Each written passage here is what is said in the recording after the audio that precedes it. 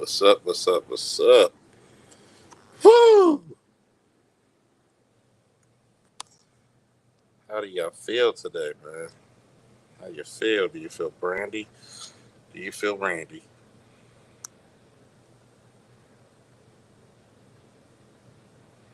Uh-uh-uh.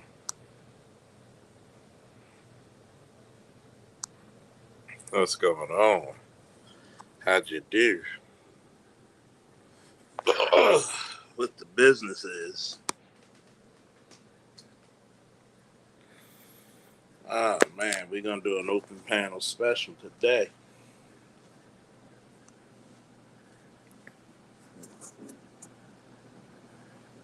How y'all feeling out there? Yeah, Little Rock, Angry Black Man, Gina's Vel, Snowman, Fighting Pork Chop Feminist Trader. I mean, that's a never ending battle there, pal. Never ending battle. Oh man, we're gonna do an open panel midday. Some midday hijinks. Well, midweek hijinks anyway. Feeling fabulous. That's what's up, Snowman. Uh man. It's kind of funny, right? Watching Dr. T's live stream earlier and turns Bud Crawford had to basically, sub Gavin. And we forget that how many great black men had to deal with like very fucked up childhoods, man. We forget that shit very earnestly. I want you to think about that shit.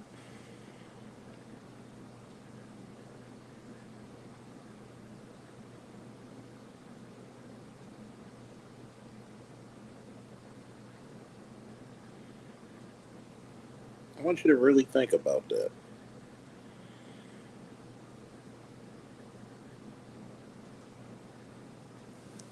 That literally,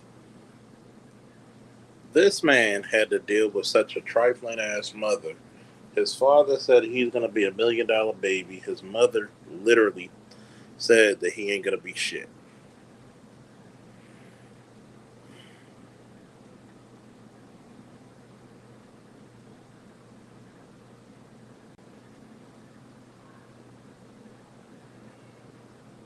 I want you to think about that. How many times have black boys been told they weren't shit by their own mothers?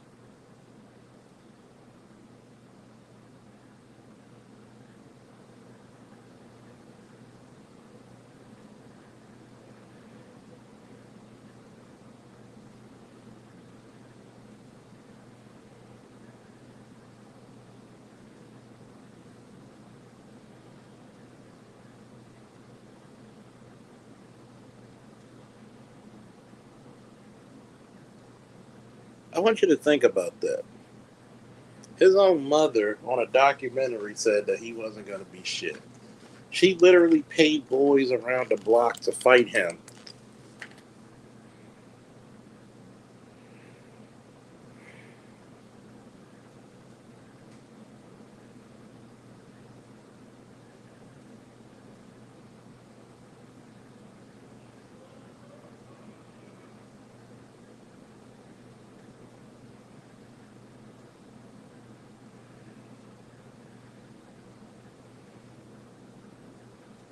I really want you to think about that.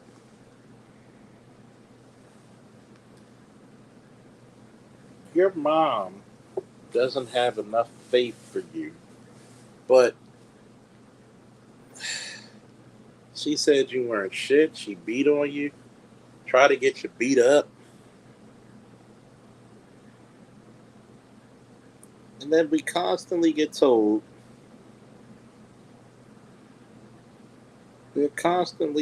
that we're not good enough.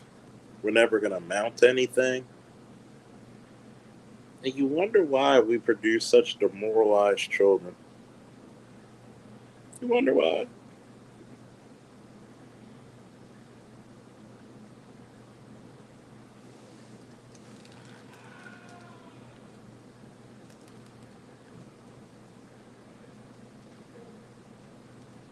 You wonder why there are so many demoralized children.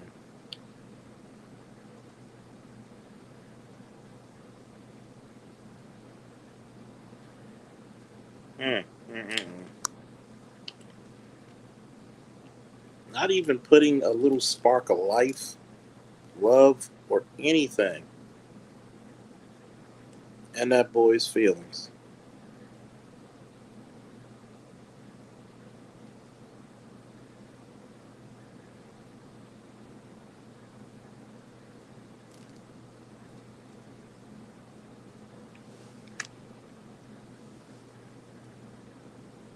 I just want you to realize this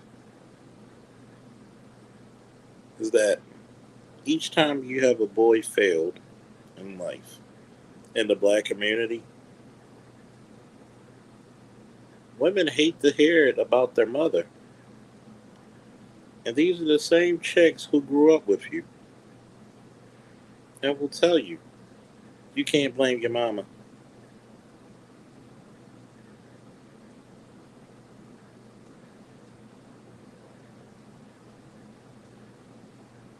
I don't know too many children are set for greatness when your parents don't instill greatness in you. It's very hard to come up with that. But yet, when that child or that boy becomes somewhat successful,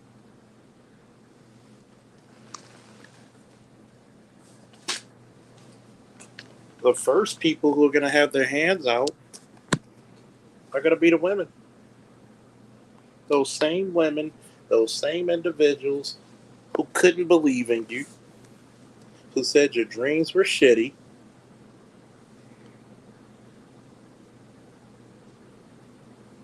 who badmouthed you. You got to think about that. Then look at this chick, Kiki, I guess, going around saying she's indifferent about her child's father. No, what happened was you were smutting around and you got caught up and you got pregnant. But it's always somebody's fault but your own.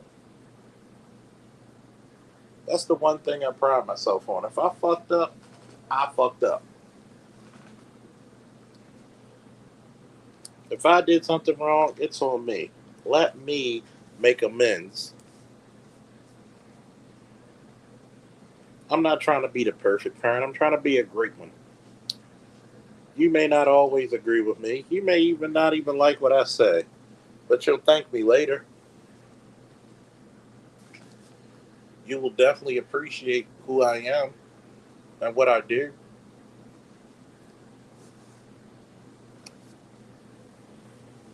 And just to let people know, if you feel inclined to donate, please. A like does not kill anybody. But if you want to donate to the channel, Cash App is in the ticker because I don't get super chats.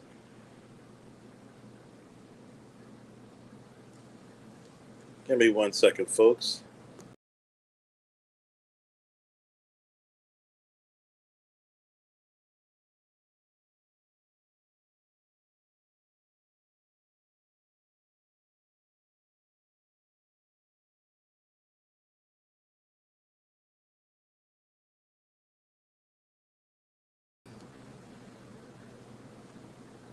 Oh yeah, the thumbnail is classic.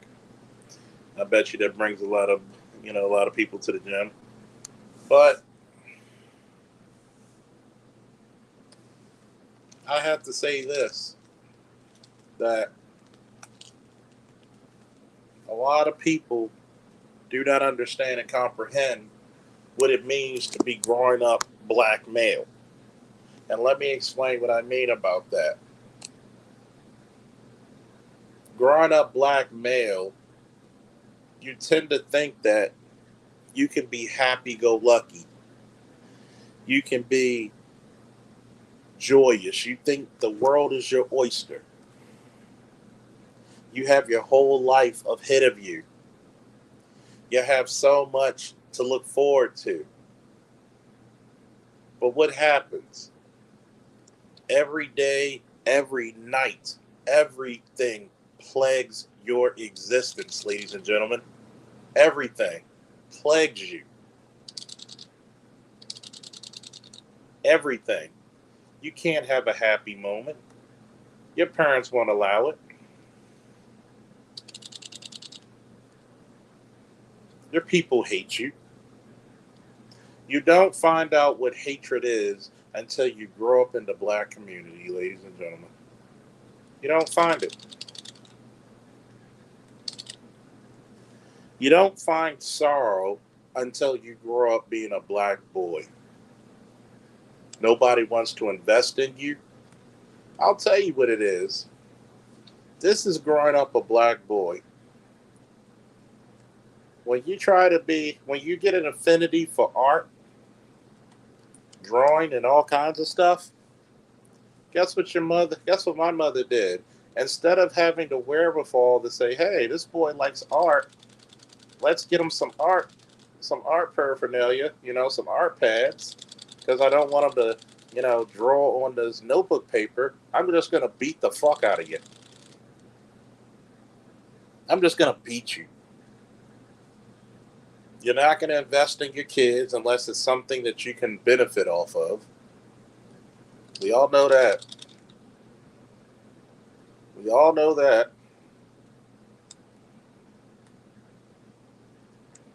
We all know that. My mom's guilty of it. Hey, I like drawing, Ma. Instead of giving you a notebook paper, I'm drawing on. Instead of giving you a drawing pad, and I'm drawing on notebook paper, you want to just smack the shit out of me and say stop. This notebook paper costs too damn much, even though notebook paper don't cost shit. In reality, if you think about it, in the scheme of things, don't cost shit.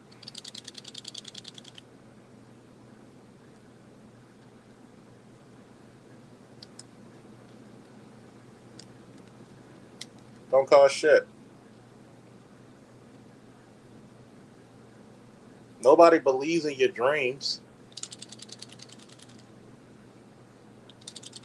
Nobody cares. You're not worthy to have dreams in the black community as a black boy.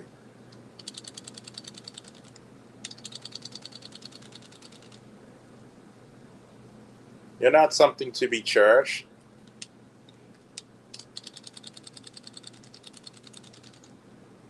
You're not something that needs to be protected.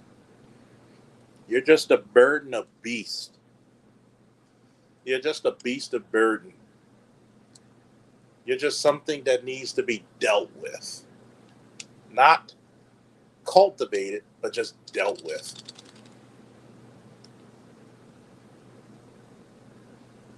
Nobody cares.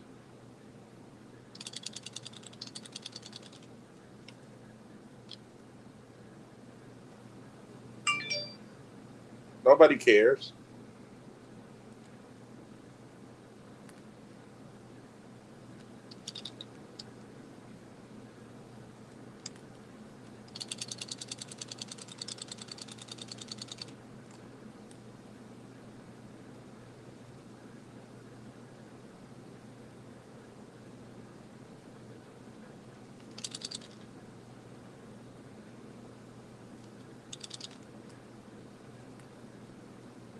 Nobody wants to deal with you on a personal level.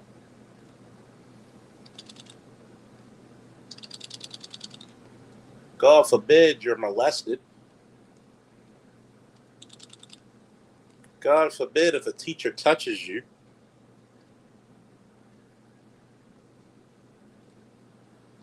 I'm just going to tell you the truth, man. I'm going to tell you the truth.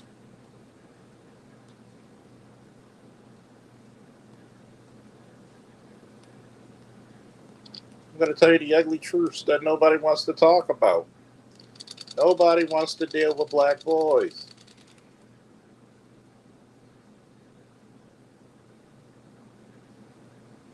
Nobody. You're not worthy to be praised. You're not worthy to be protected.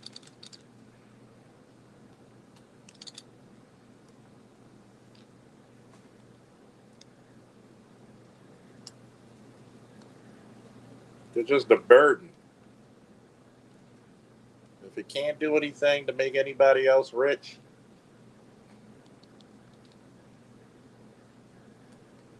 you're a burden.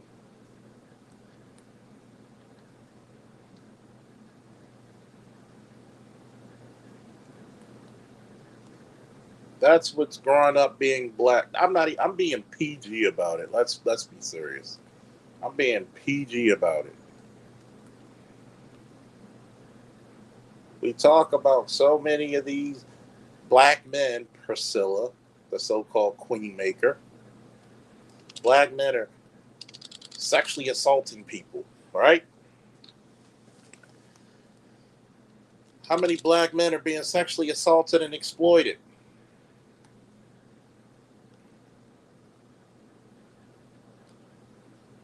How many?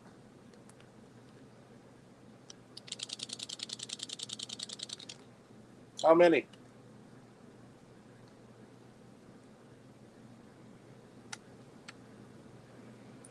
How many?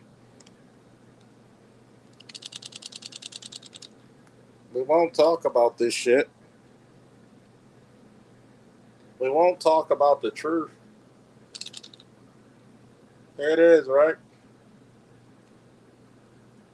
You literally have women who talk about fucking genocide, get 100,000 subscribers, and can live off of that shit because apparently crazy sells, not facts, not strengthening your people, but crazy sells.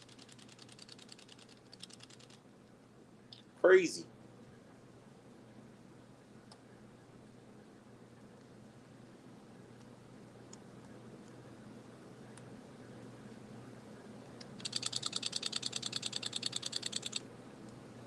Crazy sells.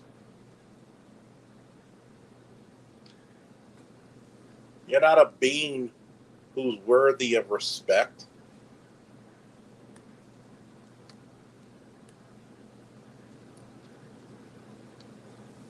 You're not somebody whose feelings have to be taken in consideration.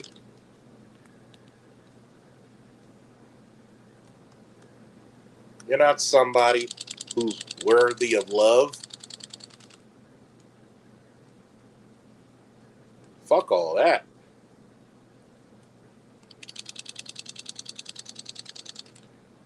Fuck all that.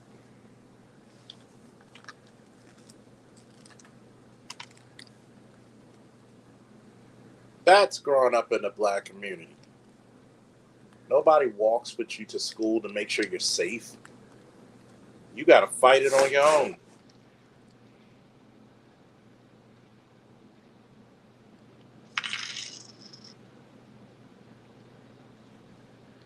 Shout out the Sands for the $10 cash app.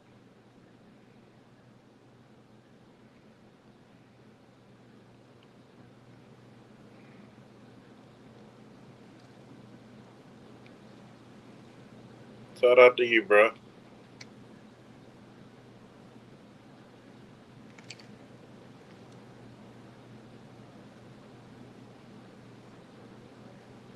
Well, it's an open panel, so we're going to just openly speak about what comes to mind and subject matter. But the reason why I'm ranting currently now is because of what Terrence Crawford's mother said about him and thought about him. And that shit hit home. That shit is pretty much the existence of black men and boys. You'll never breathe life into them. You'll never consider them of worthy of being dreaming big.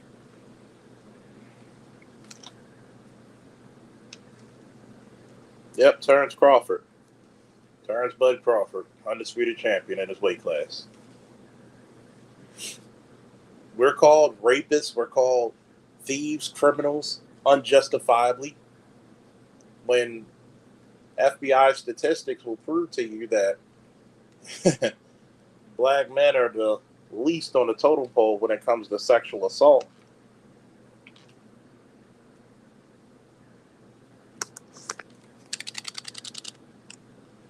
The least on the totem pole. If anything, black men tend to be very protective of everybody in their vicinity, even people they don't even know.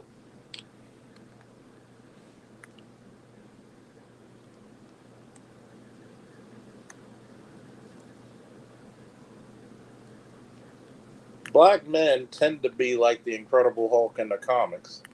All they want to be is left alone.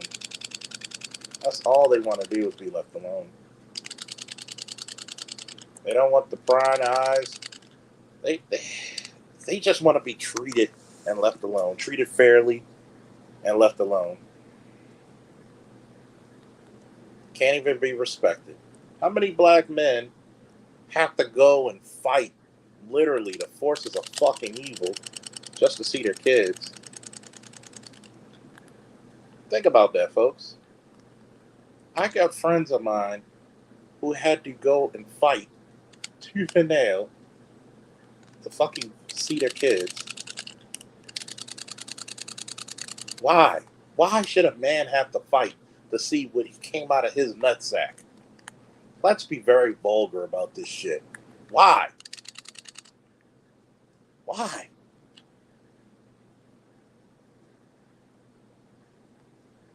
If we were so respected, why are fathers seen as a as a as an accessory and not a necessity?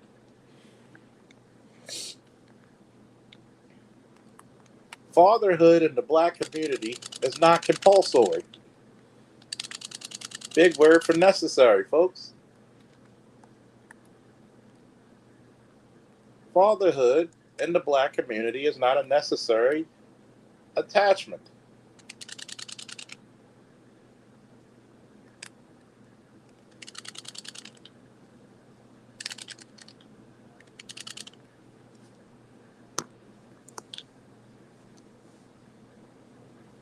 Think about this.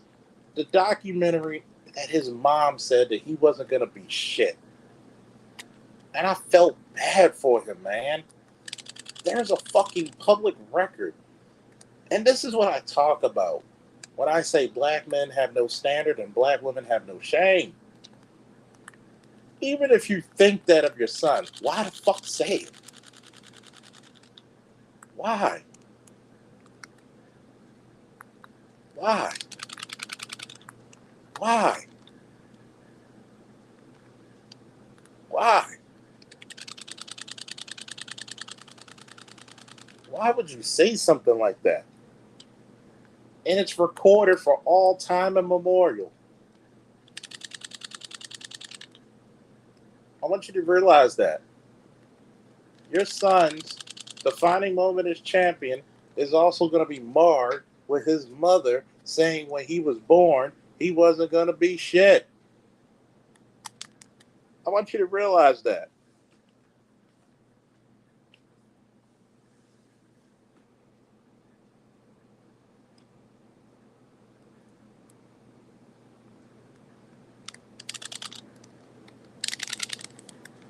I want you to realize that.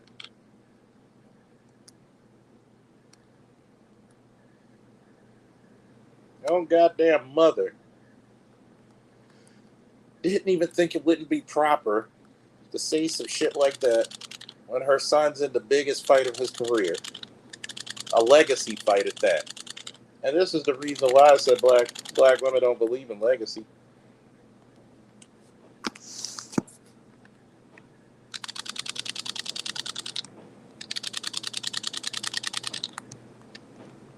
I think it's sad, man. I think it's genuinely sad. I think it's sad to go up there and say in the biggest fight of your son's career, make or break his legacy fight. You don't think he's shit?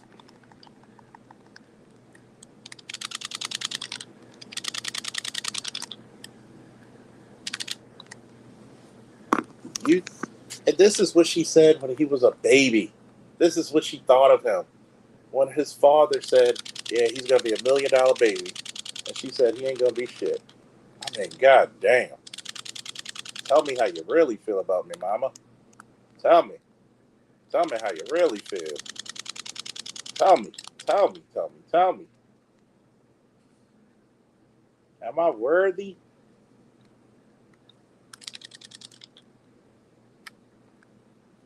Am I fucking worthy, man?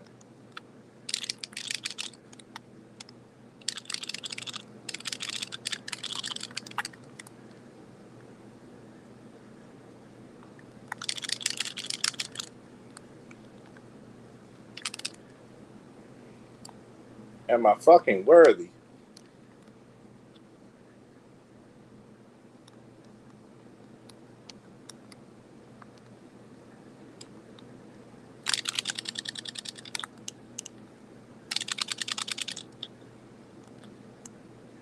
Am I worthy of your praise?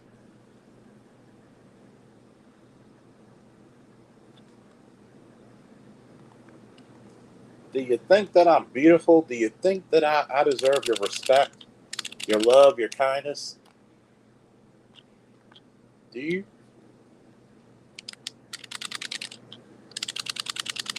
Do you?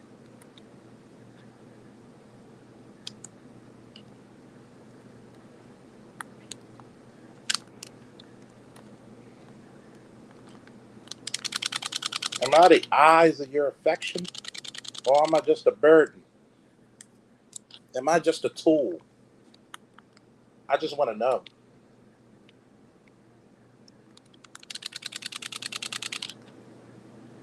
Sometimes you just got to know.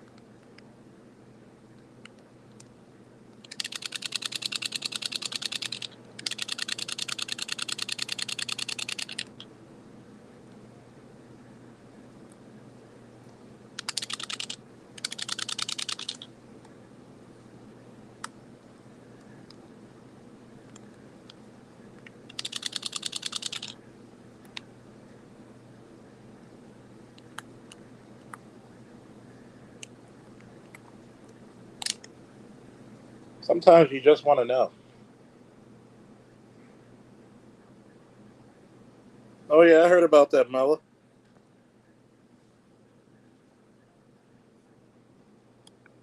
I have a. I'm just tired of people using black men as either cash cows or scapegoats. Really getting tired of this shit.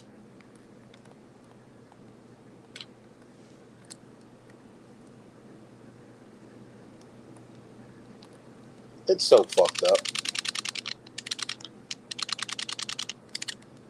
It's so fucked up.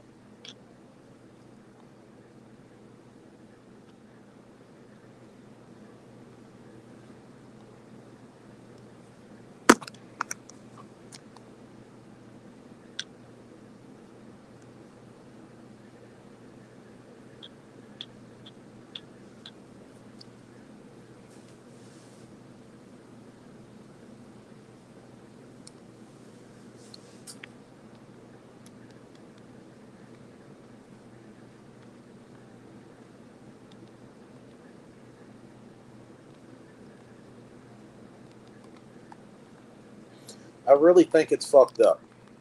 Even when I read about the Michael Orr,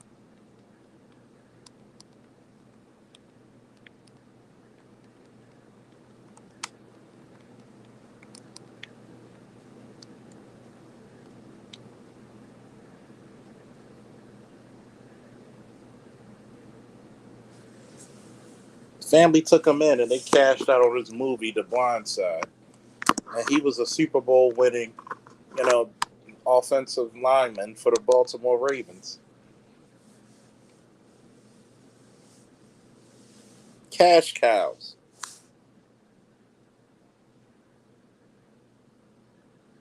Cash cows. That's all we are. We're not to be loved. We're not to be desired. We're not even to be respected. We're supposed to be guard dogs, cash cows, punching bags, unpaid executive protection and bodyguards, high risk security.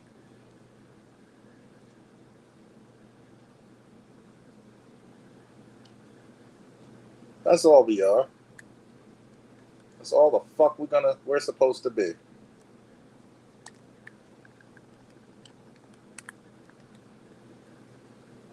That's all the fuck we're supposed to be. We're not supposed to have dreams. We're not supposed to have aspirations. We don't even consider us worthy of love unless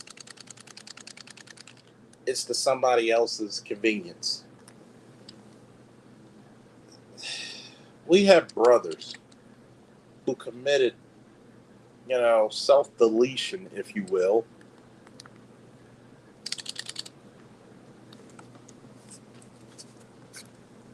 And they're talking about we're whining.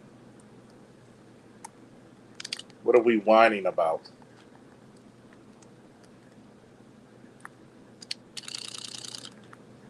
I'm tired of this shit that says who hurt you. I think it's about time black men start saying you did. Let it all out. Let it be funky, monkey.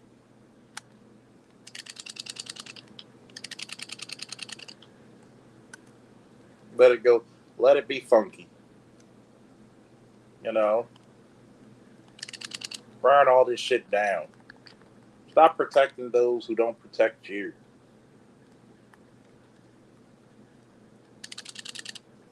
What's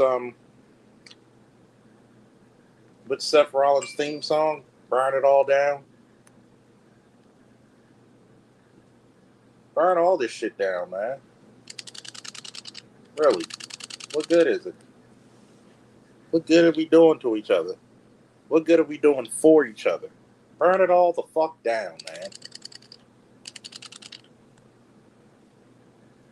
You can't even have peace. You can't even have solidarity.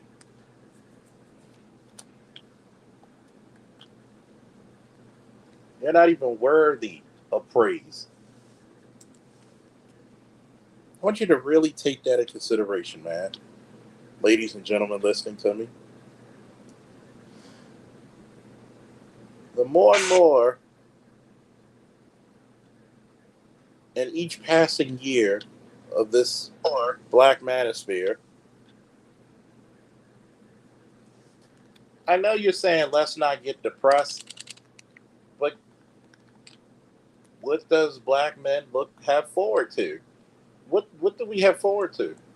What what what excitement do we truly have?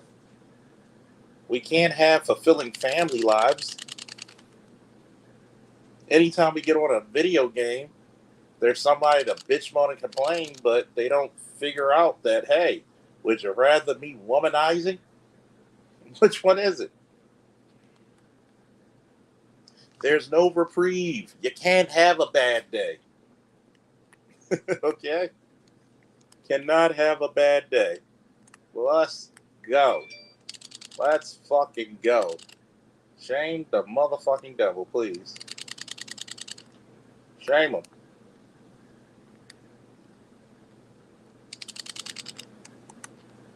Shame him.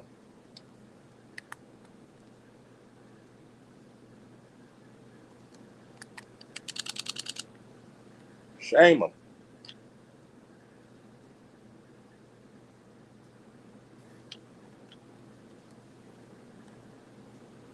I'm going to tell you what. I never knew how powerful this manosphere shit was until I get letters in emails about what, and I mean, what have we said that kept them alive, kept them hopeful, kept them above ground?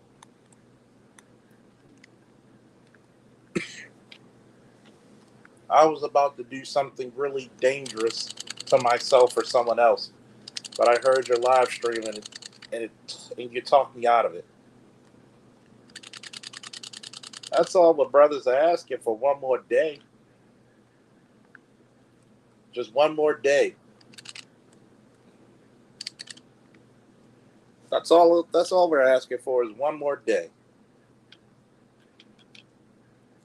We're not asking for anything that's out the norm. That's impossible. We're asking for one more day. We're asking for somebody to believe in us. We're asking for somebody who can actually develop us into being the men that we would get.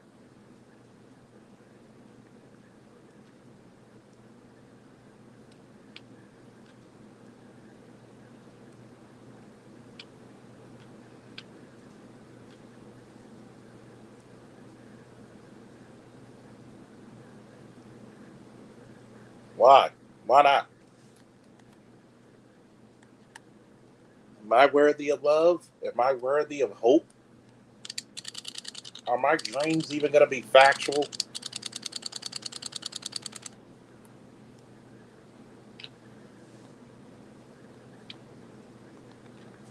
Do you believe in me?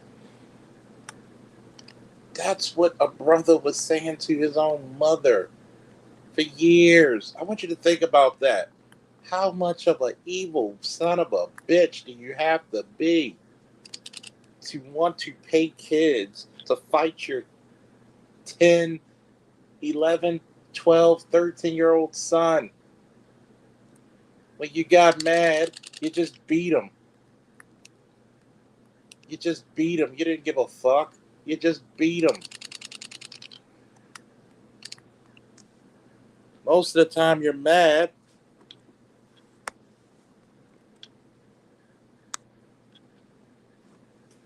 Most of the time these chicks are having these children not because they're out of love, it's because they're out of frustration. You hate their guts. I want you to think about that. You hate their fucking guts.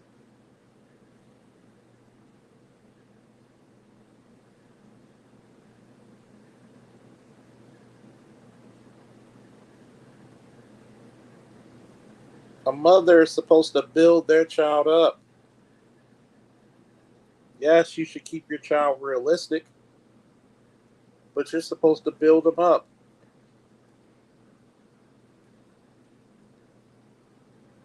So why don't you?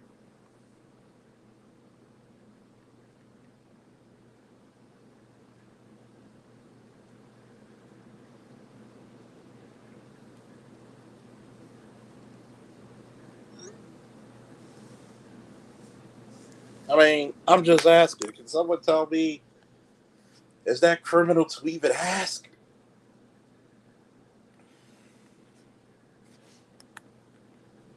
My son boxes. I asked him, what did he learn? Am I wrong for that?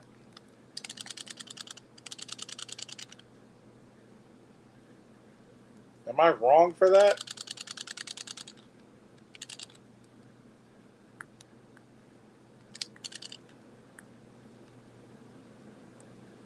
Am I not supposed to protect his ego to a certain extent, but keep him realistic?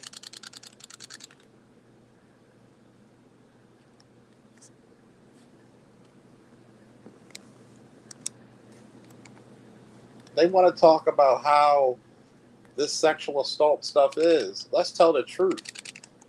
The most unprotected child in the black community is a black boy.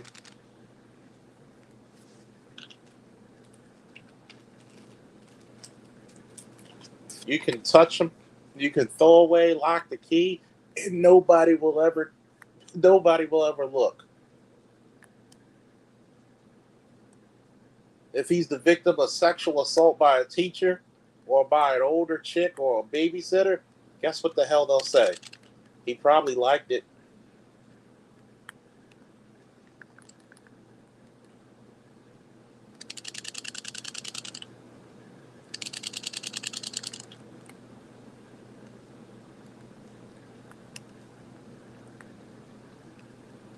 He probably like it.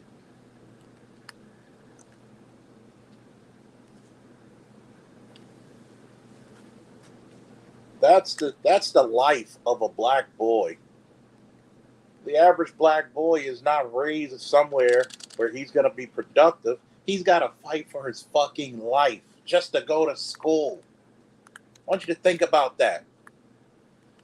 We make fun of third world countries and shit, but how many of our kids are raised in them? How many? I want you to think about that. Your kid is raised in a third world country every time he goes.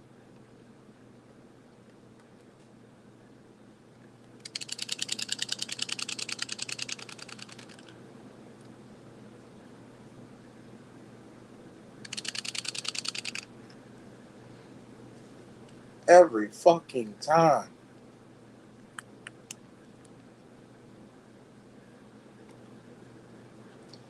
Just to get to school. That boy is raised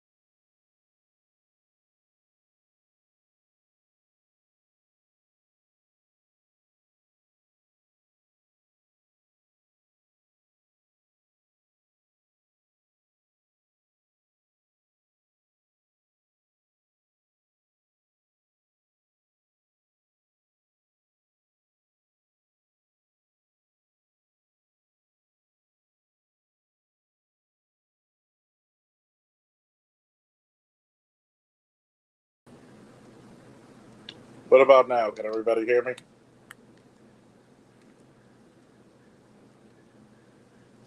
Like I was saying, I said, Mel, it was sweet that you sung that to him and encouraged him, but it should not be a phenomenon that it's rare for black men to hear, especially from our women.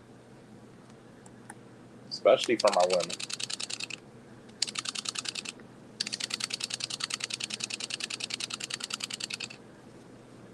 It should not be rare. It should not be rare to hear that from our women.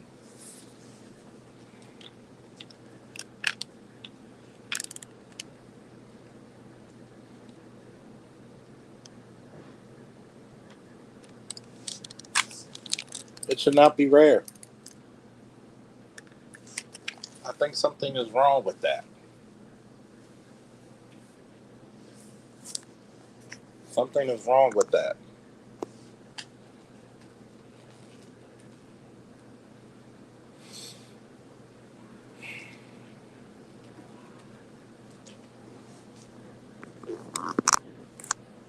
I think something is ridiculously wrong with that picture. You couldn't see the greatness in your son that others see, but you wanted to give him that tough love.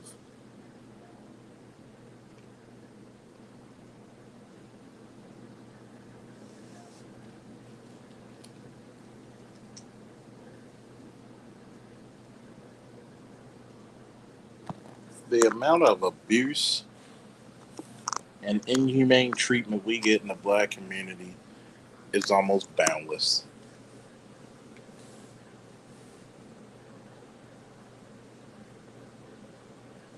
It's ridiculous. We got to pay for the sins of people who never even sinned.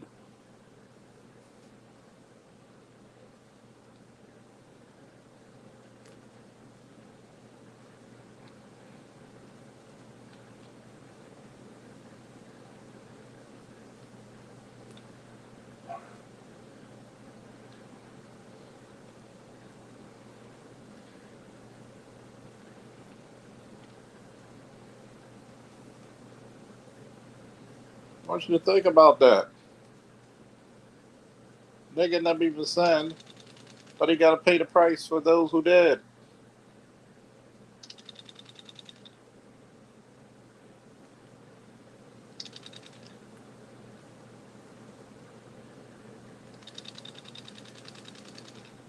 You got to pay the price for everybody. You may not even be the black guy who did it, but you got to pay for it.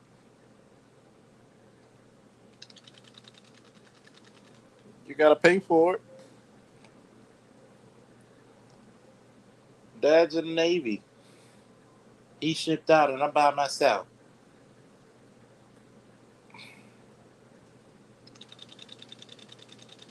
You know, there's a lot of sons who are paying for a lot of shit that they've never done.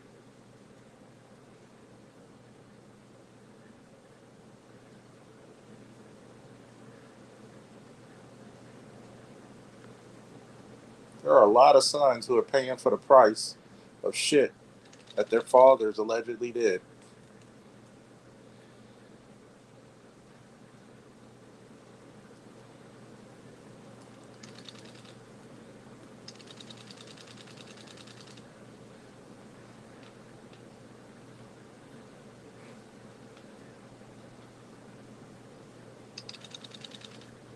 You're not good enough.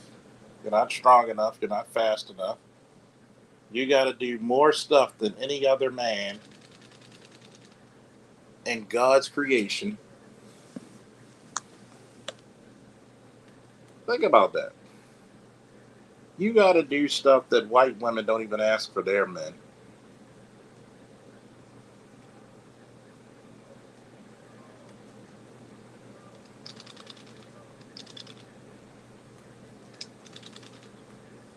You got to do stuff that white women don't even ask from their men.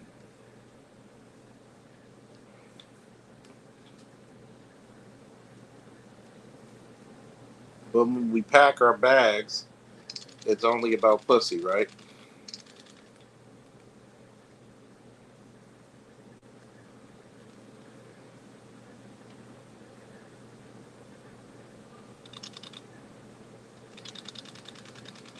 When we pack our bags and say, fuck this shit, I'm out, it's only about pussy, right?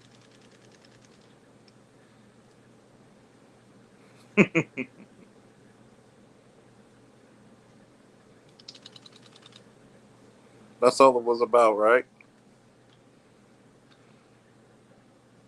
I'm going to open it up for a little bit. Don't forget, like, share, subscribe. Donate if you feel like you're getting something out of this.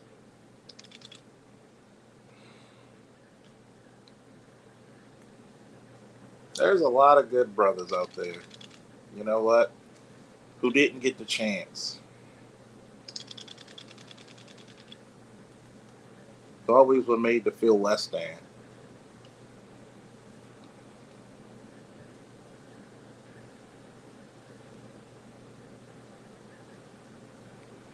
They don't have the same shit for their men. They don't. Our women want us to fucking fly, shoot laser beams at our eyes, and lift a planet on our back. And that's with because with no kind of um with no kind of thank you. no. With So I gotta disagree with that, Mel. Other races of women don't ask that from their men. How do I know this? A pig farmer in Costa Rica is happy with her man just bringing home literally the bacon. I know I can say otherwise because all Jody asks of me is to take care of the house, and she says to me all the time, if you could find a way to bring in some extra money, that would be great.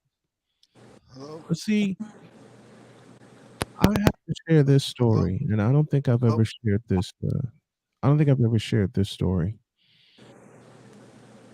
2013, day after Christmas, um, one of my mother's friends had just passed, and her now widowed husband comes over with a friend.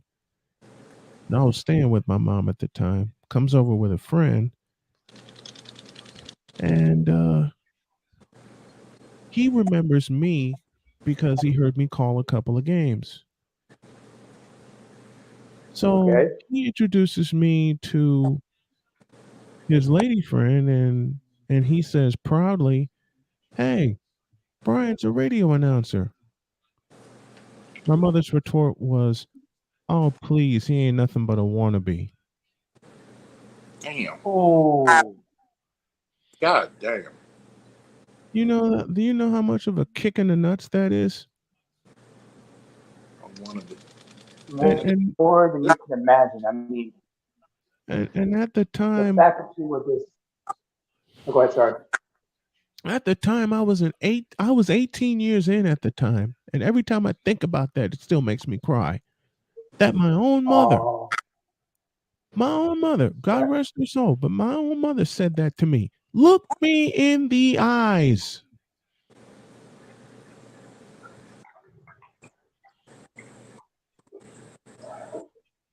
But think about that.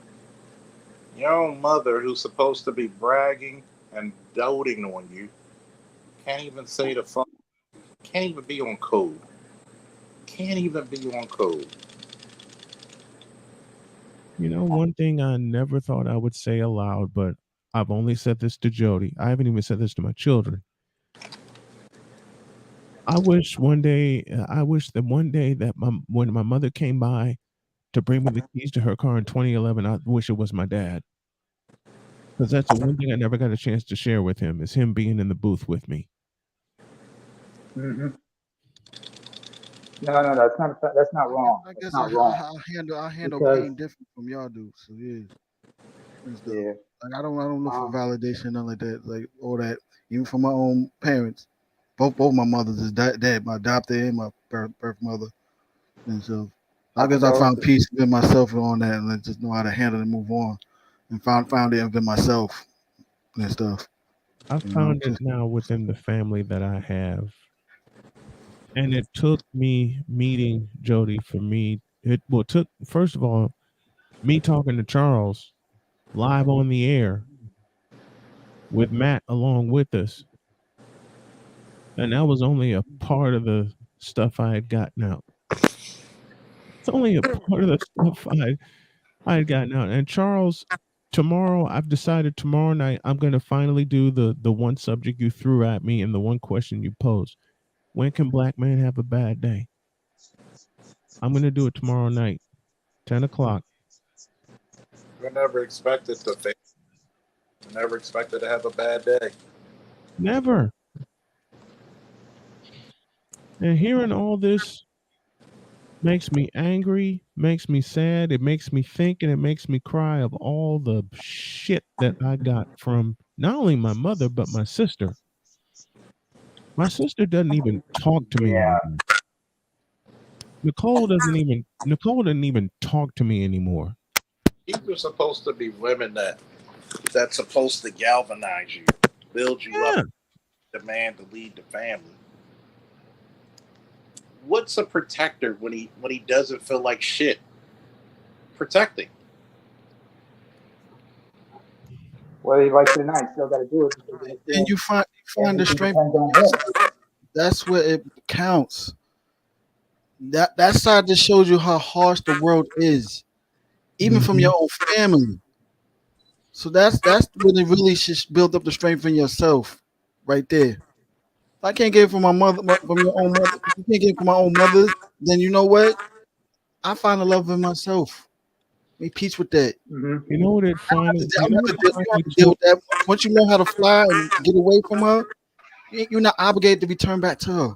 What do you do to find love in yourself? Oh, hi everybody. I'm Mella.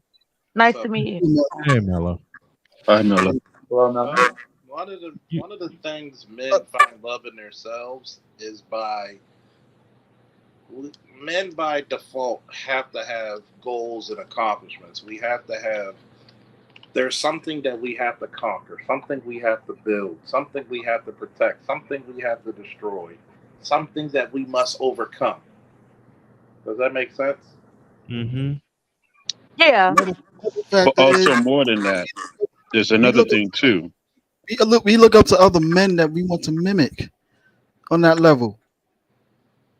Me, when I was a kid, I probably had mimicked some of the TV fathers and stuff.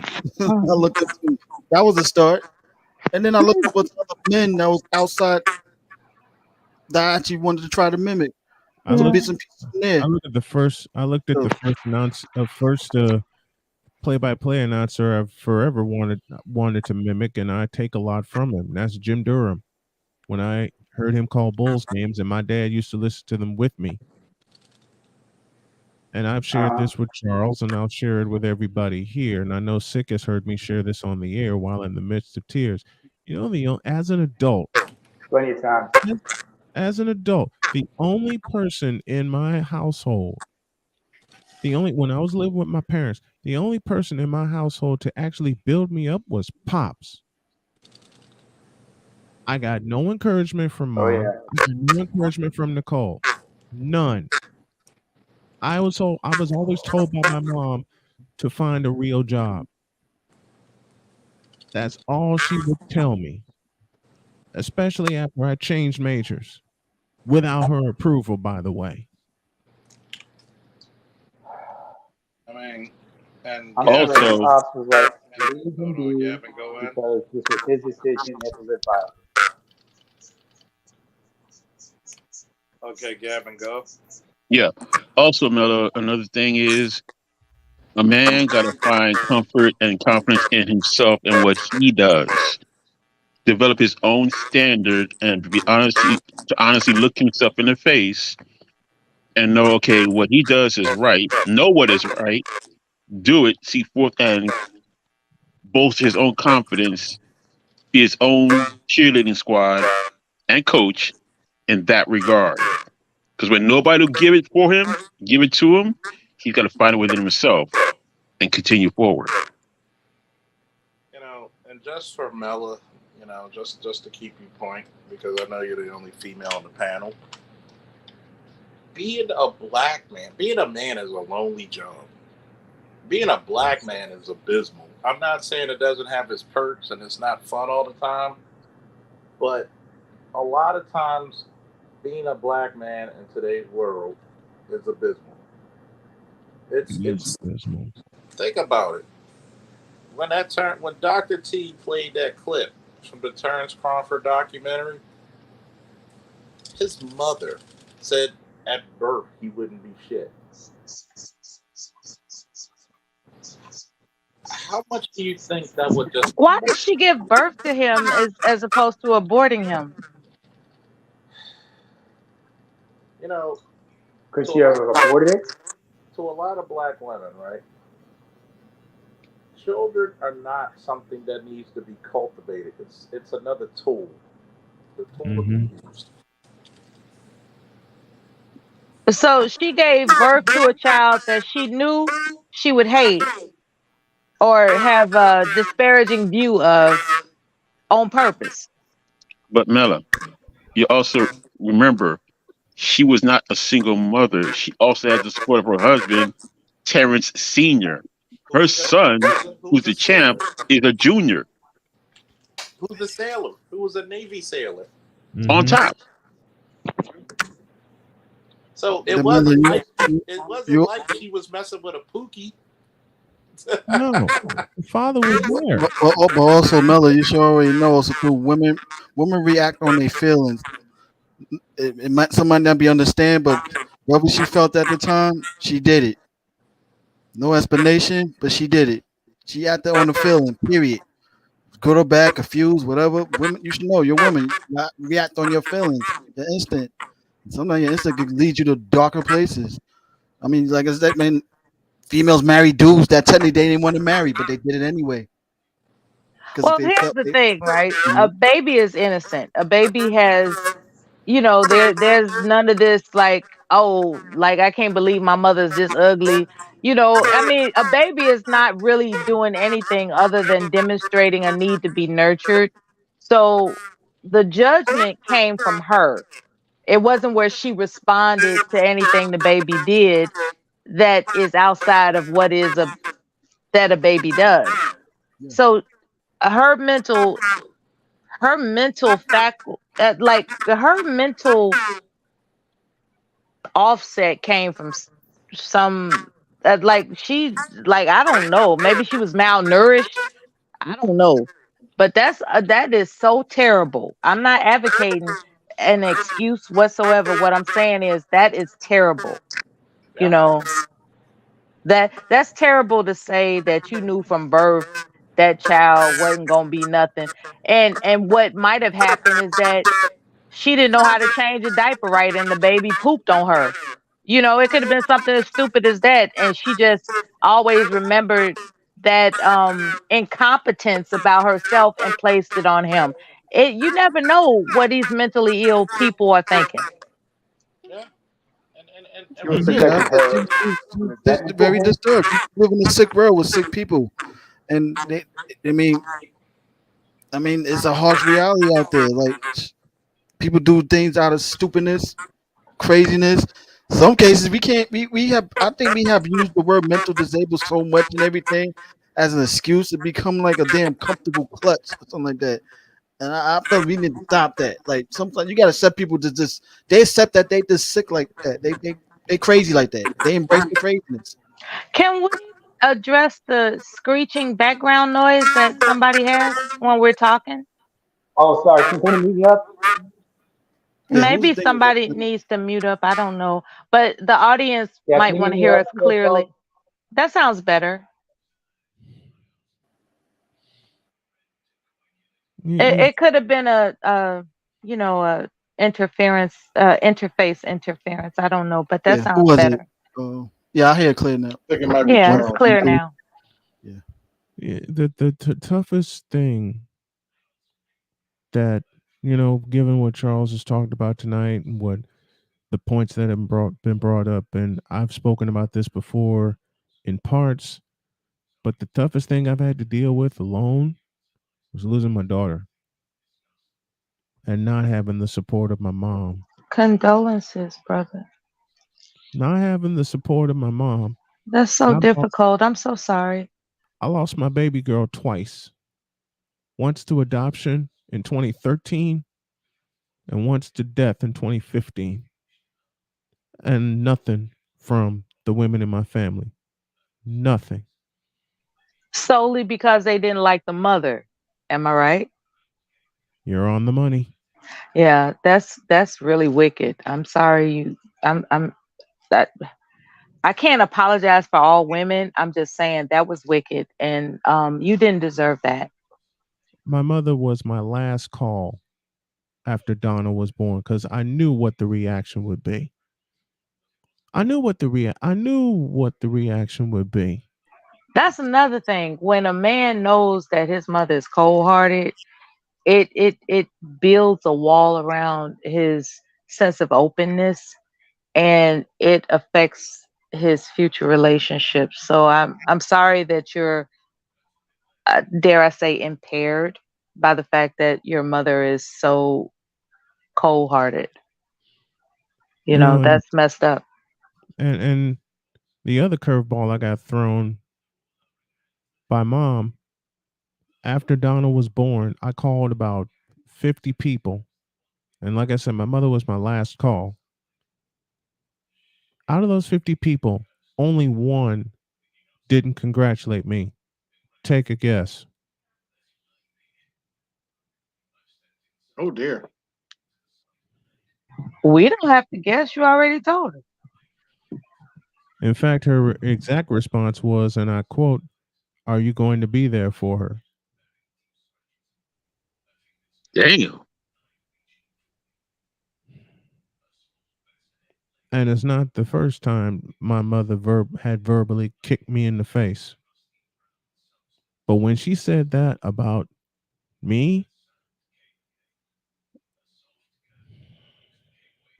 I've literally heard third party, right?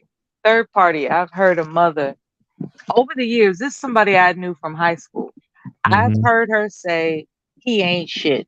You know, that was her phrase to describe his existence. And, you know, a lot of his friends, they fed off that. They said, even your mama say you ain't shit. So why should we, you know, listen to anything you say seriously? You know, like she was this extroverted, over the top, had to entertain everybody in her house by berating her son mm-hmm, type of woman. And so this continued throughout the years. And of course, he continuously disappointed anything that was expected of him. He fell through, you know, anything from joining gangs, selling drugs, going to jail, just not being equipped to handle um, suitable responsibility, you know, yeah, because she would always, even though she would say he ain't shit, Mm-hmm. she's still enabling the behavior by bailing him out of his mistakes type of thing, right? So yep, here it is, fast forward. He's had multiple children with multiple women, two of which he's married. mm-hmm, Um, so the first marriage resulted in children that the mother, quote unquote, accepted, especially the good looking one, right? The good yeah, looking one is the one that is favored. The other one that they question whether or not is actually his child, but you know, they can't really throw that up in the air. They just gonna accept it. mm-hmm, You know, that's like you know, he turned out to get a lot of negative feedback from his grandmother. So he turned out to do things that were quote unquote disappointing as well, yeah, right? Because even his father, based off of his mother's uh snide comments, mm-hmm, you know, he would relate it to his own child. But here comes the favorite child, right? The child that looks the part, quote unquote, looks the part, you yeah, know, and all of a sudden it's like the red carpet's laid out for that child. So that wasn't enough for the guy, you know, because the woman, you know, he was an asshole to his wife, so of course she left him. And mm-hmm, he married somebody else who was a tyrant, and he was an abused husband pretty much, and he had children with her, Mm-hmm. and his mother didn't accept those children because he didn't like her, and then he had children with other women that he didn't marry, and I think he has a total of almost maybe 8 or 9 children, like two from his first marriage, two from his second marriage, and then the rest equal maybe nine. And so I think when I asked him, I never did ask him whether or not he quote unquote likes his mother. Mm-hmm. I think what he was conveying to me was that his mother's attitude was a result of his father being a harsh, semi-present person in the household. It's like he figured as long as he was working at the steel mill and bringing in good money and investing in houses and property, as long as there was nothing to worry about in terms of money, he Yeah. didn't really have to accommodate his children's quote unquote sensitivities, you know. And so really his complaint was not about, as crazy as his mother was or is, hopefully she's still around. His chief complaint every time he talked to me was about his father. It's like he never came to my wrestling matches. Uh, he never came to my basketball games. You know, I said, but wait a minute. In school, you was wearing the latest and greatest and finest of fashions. He Mm-hmm. was like, yeah, they got money, but that ain't my money. Exactly. He was like that. So it's really, I'm not going to say it's complicated. I'm going to say that it matters. It matters. A mother's um, loving kindness matters, and oftentimes guys that have stories of regret, they will refer to their mothers. There was another veteran on his dying bed. I Mm-hmm. called him. He's suffering from some type of organ failure. I called him, and he said, yeah, he said something disparaging about his mother. And then there's this another guy. When I try to talk to him about fate are we giving the mothers we deserve? He didn't want to talk about that. I ain't got nothing to say about my mother. So there is something to be said regarding Officer Faulkner's um um Opening statement. assertion, Mm-hmm. opening statement about mother's loving kindness is an absence. There's an extraordinary absence of loving kindness from mothers. I'm I, gonna, I s- think that I'm gonna I step think away that for a might be minute. the I'll be right back, y'all. I'm gonna step away okay. for a So minute. man, I think that a lot of times what happens in our community is that how if you have an animal, you can breed certain characteristics physically and mentally in or out of it. I think we bred out love and kindness in our community, or we're starting to. You, I blame media influences. oh yeah, I think we bred it out because think about it. Men show love by doing, by protecting, by providing, by presenting. But What let media tell it. Men don't know what love is. I Let think media tell it. if you really want to be controversial and specific, um, I think men love hard. Men love hard. We love probably harder than women, and It's not the media. it's cultural because a lot of our women they used to show their love and affection for a man by showing her support. What can she show that she wants to be? Like I can show that I add value to his life. That used to be a sign of pride for a lot of women. And nowadays, it's they look at it like a sign of damn weakness. I blame media.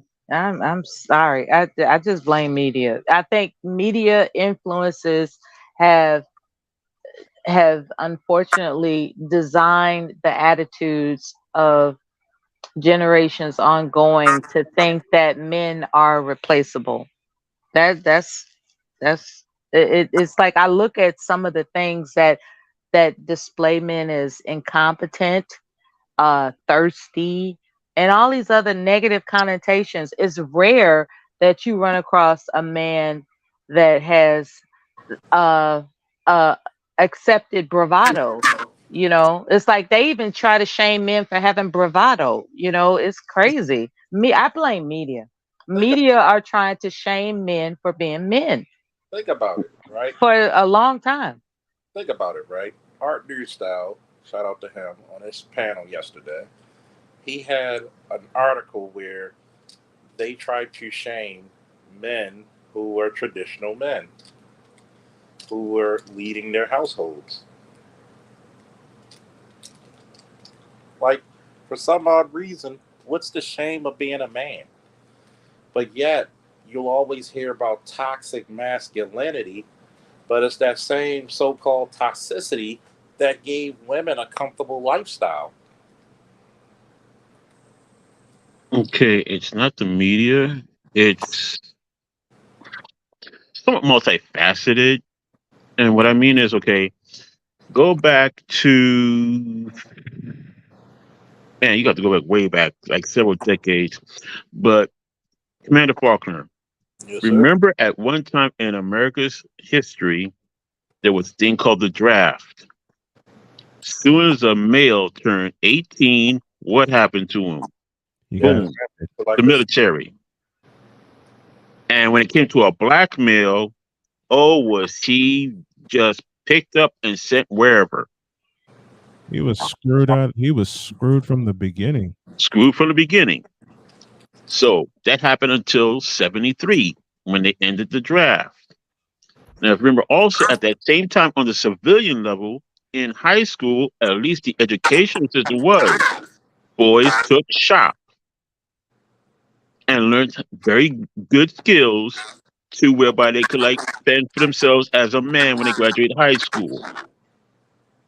That was taken out of the educational system roughly around the same time the draft ended.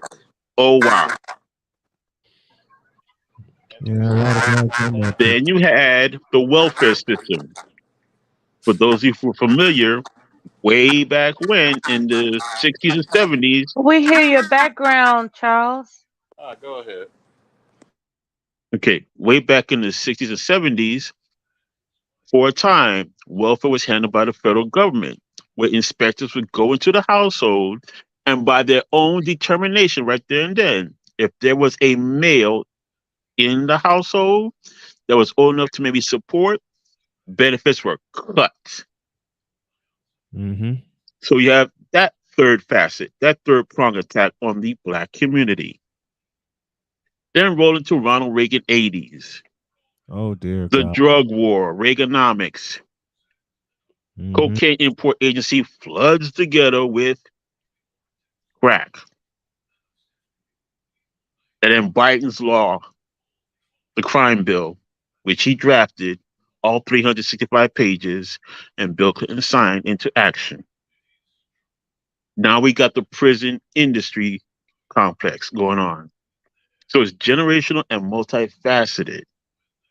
The media is just the snowflake, the snow dust off the tip of the iceberg.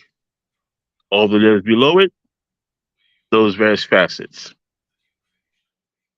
Not to mention what demoralized the black family was that when they did welfare reform, they gave a lot of black women jobs and Yep. education. They refused to give black men, and those black women, instead of using that education to say, you know what, I'm gonna get this HR job and I'm gonna get my man on, so we could become quote unquote a power couple. Mm-hmm. I'm gonna use this job to look down upon them. Man, There you go. I feel like I'm part of a power couple with my wife and what we're planning to do. Um, I was married once before I met Jody. I was married once before, and it did not end well. When you come home, I lived in Greensboro, North Carolina in 1994.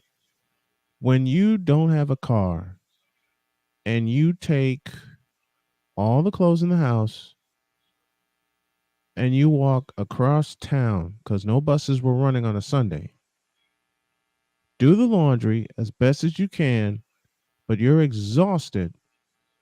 You finally get done and you get home, and the first thing you're greeted with is, "So you finally decided to come home?"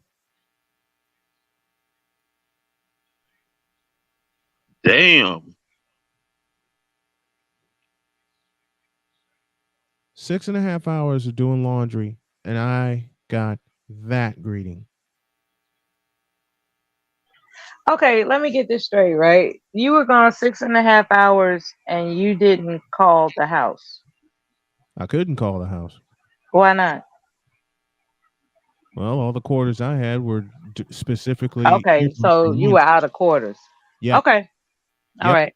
The money All that I right. had in my pocket was earmarked specifically for laundry. You only had a specific amount of quarters, not one to spare, to do laundry and travel on the bus or public transportation. I didn't even That's have what you public. had, right? No, didn't even have public You transport. didn't have a quarter to call No, to explain where you are within a 6 hour time span. no, Okay. All right. no. When when that happened, I got that greeting. See, here's the thing, right? Had she been gone 6 hours without any contact, what would be your thoughts? My thoughts would be I trust her because she has the laundry and she's doing laundry. That's just my nature. So, Brian, your wife at that time, she knew you had the laundry load with you when you left the house or when you stepped out the house, correct? Correctamundo. So then she knew you was going somewhere to do laundry. Like, okay, if you didn't have money to call, she knew where you were going and where you had to go to get it done. Yep. Now, Mela, do you understand? She knew Six exactly. hours is a long time She knew the exact laundromat where I was going. But because she, I'm not making excuses for her. I think that that was her twisted way of being worried about you. I think she was twisted. Like, I'm not making excuses for her. That was a twisted way to welcome you home, right? Very twisted. Mm-hmm. Um, I can only say that she has communication issues because um in the event that she actually loved you, she would have just expressed if she was sane. I was so worried that something happened to you en route. But she Yeah. didn't say that. She just said, Nope. "Oh, you finally decided to come home," like a snotty brat. So And that's that's a person that has communication issues. that wasn't the only time either. Well, did No, you that's know not. she had That's not a communication person. issues when No, you met her? that's not a person that had communication issues. That's part narcissistic also too in that way. She didn't really care for Narcissists him. don't know how to communicate. That's what I'm saying. No, they communicate differently also too. They do That's another communicate sign for differently. narcissists also too. They communicate in a very That's accusatory manner. that's one That's of the the ways they nature. communicate also too. The way Okay, his ex-wife came at him like that, that's also too. I know that for a fact. okay, yeah. There's different forms They of narcissists also communicate too. in an That's one. accusatory Hold it, manner. look, hold it. That's one of them also too. When she came at him when he came home like that, she didn't care for him or her little way of trying to reverse psychology to get him to feel sorry for what he did for not calling. Yeah. They do mind I'm not manipulation like making that also too. excuses for her. I didn't say that. Oh, But I'm just saying. But Like this it's not a communication issue also too with her. No, she has a sick way also too. what it Liberty. sounds like is that, you know, and I've been through relationships similar to that where I had a ex girlfriend when I was on duty came to see me. She needed some money for the groceries at home, and I had it on me, and I was working. Hmm. She's like, that's somebody got some background, but um, this is the funniest shit to me to this day. Uh, she asked me, "Why is that girl smiling when she left you?" I said, maybe because I gave her the directions of where she need to go. I am a police officer in a marked vehicle in full uniform. I think I would be the safest person for her to ask. You would think. This is what a lot of men went through for years, and Hmm. be it right, wrong, or indifferent, this is what we go through. And I agree with you and Mello on that factoid is that a lot of times they'll try to, you know, instigate shit because there's some people who are addicted to drama. Yeah. Right, right. And when you are aware that you're in a relationship with someone that's, as you say, addicted to drama, that's Hmm. accusatory, out of the blue, like like they could ask you, you know, just all kinds of crazy stuff. When Yeah. you know that you decided to bond with that type of person, you've taken on the responsibility of accommodating that. Hmm. The marriage I have now compared to the marriage I had from 95 through 98 is like night and day. It's like night and day. Like when I came in tonight, I did a bunch of sales calls. Um, but I didn't get any sponsor sales like for my show or anything. And I also tried doing Uber Eats. Didn't have much success there either. But when I came in, I told Jody what happened, and I knew this was her time to like, um, what's the word she used? Decompress from the day. I just gave her a kiss, and I said, "What can I fix you? What can I fix you for dinner?" And she didn't ask where I was. She just allowed me to fix her some pancakes because I can cook a few pancakes, and I told her what happened, and that was that. No accusations or anything. If she gets worried, she'll call or text me, and I her. Right. There are people that don't make something out of nothing. Mm. There are actually normal people that exist in this world. Unfortunately, there are Hold up, hold up. people with We got bad this. family backgrounds, like bad mothers. They're attracted to the same personality type as their bad mother. Yep. Hold up, hold up. We got to do this. Oh shit. Logic, get the fuck out of here.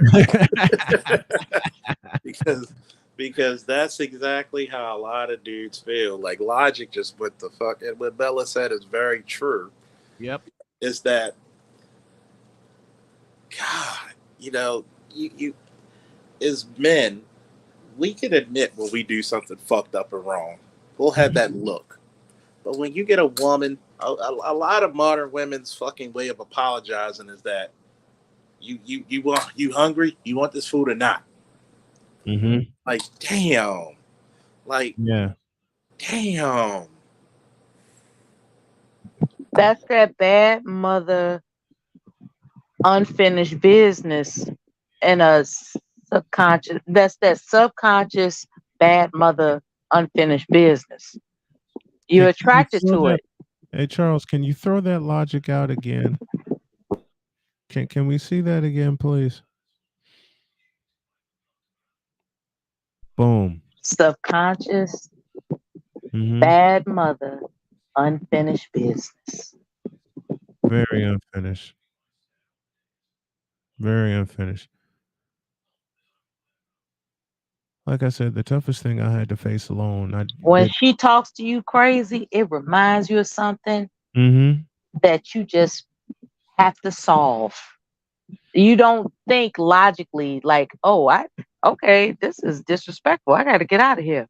Mm-hmm. No, there it's like, wait a minute, I can fix this because I've experienced this before in my childhood Yeah. and I didn't have the intelligence that I have now.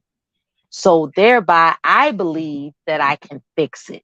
And you stick with that person that reminds you of that unfinished business that you've had trying to correct your mother's behavior when Yeah. it's really not your responsibility It's to not. solve that problem. It's taken so long for me to get out from under all of that.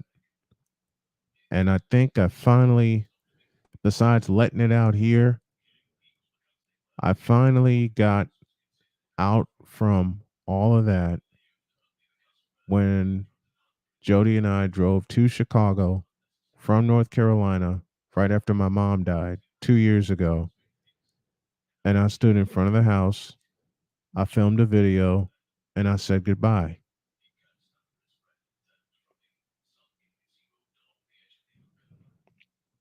Was it the toughest thing for me to do? Yeah, because a major chapter in my life is now closed. You know what some people are bold enough to do now? Announce that their um, disagreeable loved one has passed. There's like, there's no words to express how glad I am that they're gone. There are videos of people doing it. Ain't that deep? That's deep. That's how bad people have been treated in their childhood out here. I said it here. I said it here. I took a month off. Do you think it's healthy to do that, or should you keep it to yourself? Let it out. You know, And there it is. I Let it want out. I want to Let it speak fuck on that out. real quick. I want to speak on that real quick. I'm glad you and a snowman brought that up. For so fucking long, black men have been told to keep shit to yourself. Amen to that. Yep.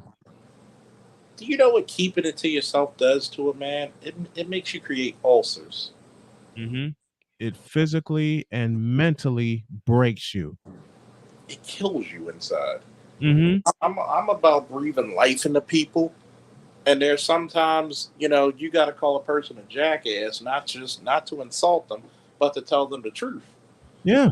And here's the fucked up fundamentals. Here's the fucked up in fundamentals is that when you suffer inside, that's when you start getting those people who murder people, Mm-hmm. commit suicide. And fuck YouTube if they don't like it. I'm a law enforcement officer. I can speak on these things. Speak it. This is the part where a lot of you, like I said earlier, there are a couple of times I said, you know what? Fuck this YouTube shit. I'm out. Till you Same here. start getting letters from people who said thank you for talking about this subject. I was going to do something very rash and irresponsible, and that gives people hope. Mm-hmm. And what are human beings without hope, man? The fuck are we? Nothing. Because the more we're without hope, the more dangerous we become to our friends and family and ourselves. Think about that. Mm-hmm. Do you To want? be without hope is to be institutionalized, which means that someone else governs your sense of destiny. Well, that's true. Think about that. Been there. You can be the type of person who you just want nothing but the best for people, and yet we Mm-hmm. constantly have people picking with you. There's no reprieve. We had a brother None. in this. We had a brother in this goddamn space who took his own life. We had a brother in this space who took his life. And the only thing I asked, brother, give me one more day. Let's talk. He Let's was talk. actually talking about doing it, or Oh, it was sudden. okay, so there was no indication that he was Yeah. trying to end his life. Yeah. And it was like, times like this.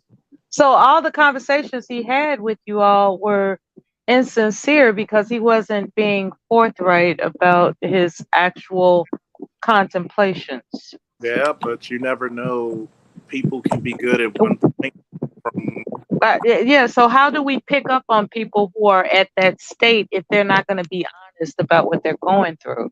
I one can answer that. one thing I can tell you is this: give people the opportunity to talk. And that's what I was going to say. Work through their silence and allow them to talk it out. That's Jody does it with me all the time and I with her.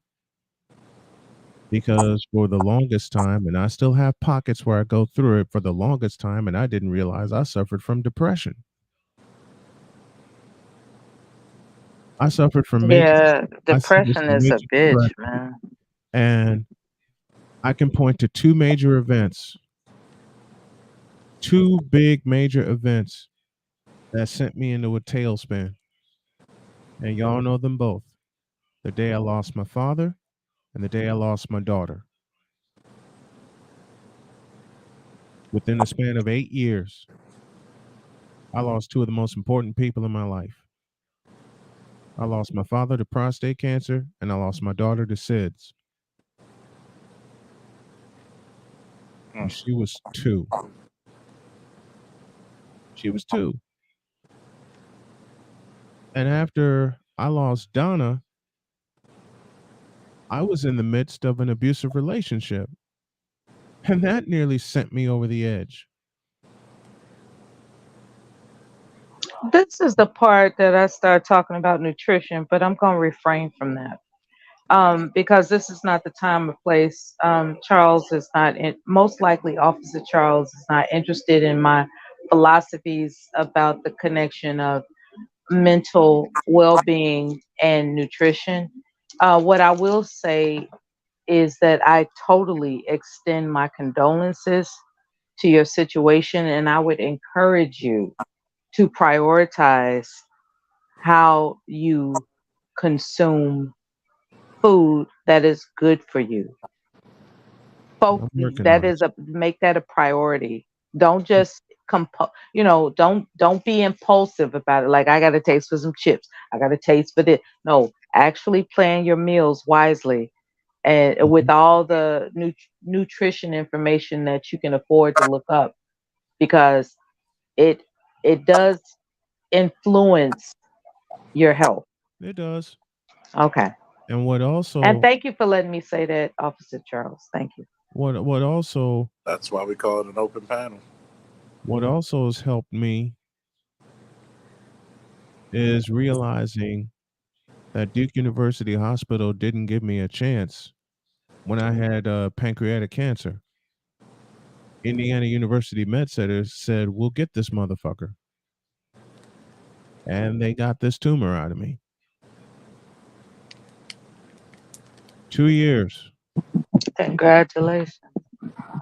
blood clots in both my lungs, and a month after that happened, I went home and was called right back into the hospital a month later for a biopsy, and that biopsy revealed pancreatic cancer.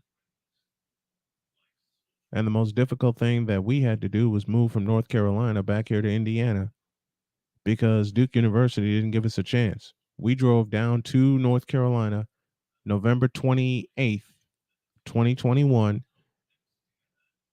spent the night down in Durham. The next day, we go to Duke University Cancer Center, and they flat out told us the tumor was inoperable. I have never seen my wife cry like that. I didn't know it at the time because I was full of chemo.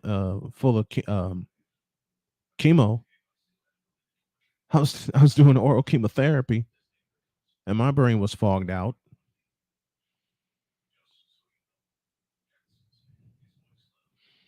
I got a relative that's really young. He's under 30, right? And he has testicular cancer. Mm-hmm. Where the hell they do that at? You know what I'm saying? It shocked me to my core because this is a young man that has succeeded in pledging a fraternity. He has a career in the engineering field. He's doing great. Then all of a sudden, I get the news that he has Mm-hmm. cancer, and Yeah. he's not even 30. So, It's. so I find out, right, Mm-hmm. what his eating habits are, right, Mm-hmm. and he was living off stuff that does not coincide with male health. And I just want to reiterate, it's important to plan your meals wisely. Oh yeah. Okay. And what we're doing is we're planning to get the hell up out of here and be in a place where we can grow and consume our own food, homegrown food. And shout out to Electrician 480 for the $10 holla. Thank you, bro. And Mella, I do want to invite you to, and also anybody who's a health specialist to the channel, because I know I said this for the longest time, but I got to do a health and welfare episode of the, I don't know what to call it, the Charles Faulkner show, the Officer Faulkner show, goddamn, also the goddamn law show, I don't know. Uh, Officer Faulkner show. And Yeah, you just got your title. and I just want to do a health and wellness episode because Mm-hmm. Ella is right. Some of the shit that men die from is poor eating habits. Poor Because eating habits. one of And the I was. reasons why is because men work so many goddamn hours, Mm-hmm. even compared to women, is that sometimes you got to get a bite to eat. It's not the healthiest. Not saying I don't like a cheesesteak with everything on in my damn self, but you can't eat that every day. No, you can't.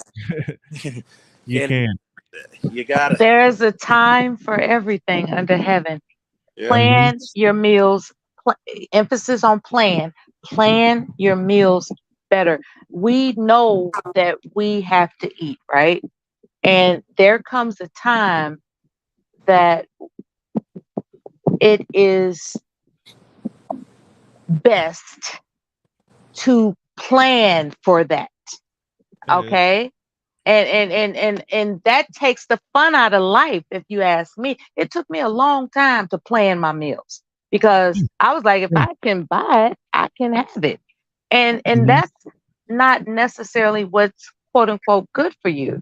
Just because you can buy something, that doesn't mean it's good for you to have it. And thereby the emphasis on plan, capital P baby, Mm-hmm. plan your meals better. And I'm not saying there's no room for cheesesteak sandwiches. It's just that how about some vinegar and olive oil coleslaw to go with it to Yeah. help break down those proteins. Like you can have whatever you want. You just have to have it in the right balance. And And the not right and intensity. not do extra stuff every like some of these snacks like, Mm-hmm. how about some pistachios? Yeah. That'll satisfy a crunch, you know. And you know they got them in Walgreens all the damn time. Them blue bags of pistachios, not the green, black bags, but the blue bags that has less salt, Mm-hmm. sea salt in it.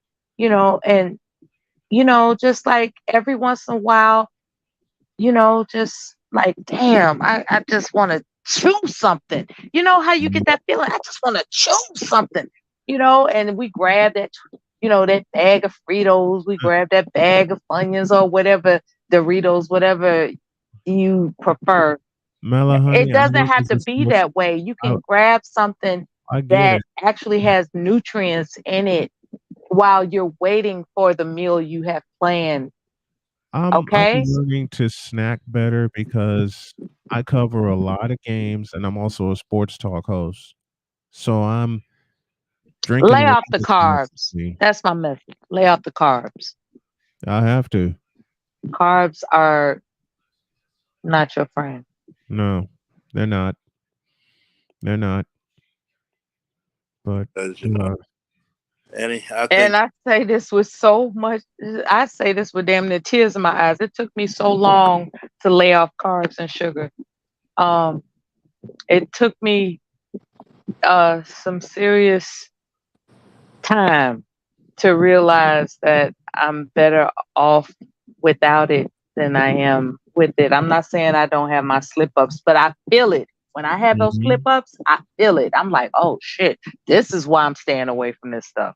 You Yeah, know, and that's and because we are a creative people, we can innovate how to enjoy our snacking, our meals that doesn't include junk food. Okay? yeah, I sound like I'm that's preaching. I'm that, gonna be quiet. no, I'm no, sorry. it's not. I'm gonna say this because you My never next know. fight. Needs the eating healthy becomes a habit, so does eating Becomes unhealthy, which is unhealthy. very true, serious, Larry. I mean, you got to think about it. Somebody needs to hear this shit. Yeah, yeah. Somebody, Somebody needs to hear our stories. You know. somebody needs to hear it because I'm gonna tell a joke. A woman went into a 7-Eleven and she had a choice between getting some Funyuns, a turkey sandwich, or a chicken salad. She chose the Funyuns Oh boy. and fucked herself up. I'm just saying, like, Wow. when you go like, because there are people that are doing work that requires them to skirt off and go into a convenience store and pick up something to satisfy that Mhm. crave, and sometimes it's coffee with too much sugar. Okay, Oh Lord. stay away from that. Um, Well, I'm laying off the coffee for many. Listen, I, I I went I I like through. half and half in my coffee. I if I absolutely positively have to have coffee, it's just Mhm. gonna be like half and half. Like some cream, like some dairy in it.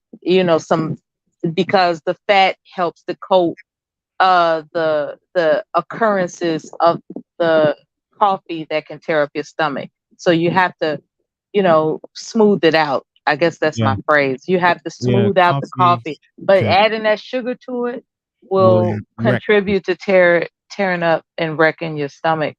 and Um, I've had to learn that the hard but how many way. people drink coffee without sugar? Nobody. So here's my solution, right?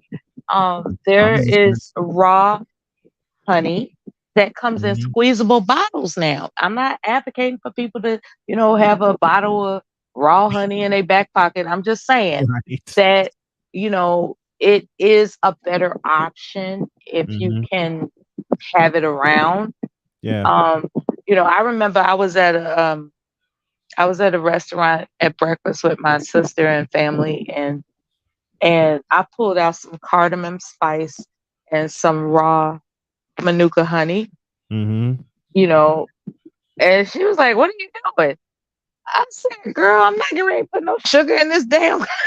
I'm not getting ready to use this damn crazy ass powdered poison that they got on this table." I It- don't even use and she sugar said, "Let me anymore. taste it." And she said, "Oh, that's good." You know, so I don't even use sugar anymore. please don't, please don't. I don't even use It's sugar. a I don't liver even use it killer. anymore. It's a liver killer. Anything that has sugar in it is a oh yeah. liver killer. By the way, have you noticed something? A lot of people say that our channels in the Black Manosphere we hate women, but how long has Mela been up? And we had a wonderful conversation. That's because I'm a veteran and you're not gonna do me like that. If it was anybody else, And you'd be like, that's see, also I know because you told a see, joke.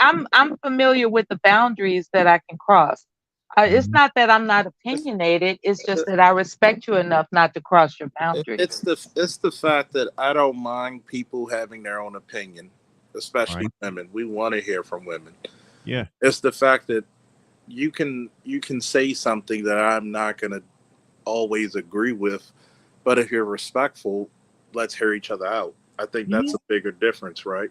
And that's the biggest thing. And Charles, Mhm. Mhm. you said that since you've been on live broadcast. Like I welcome people to come, even when I had a Mary Brown, and for some reason he's still my Facebook friend, and even though he's the gift that keeps on giving, and we disagree, and I had him on my show.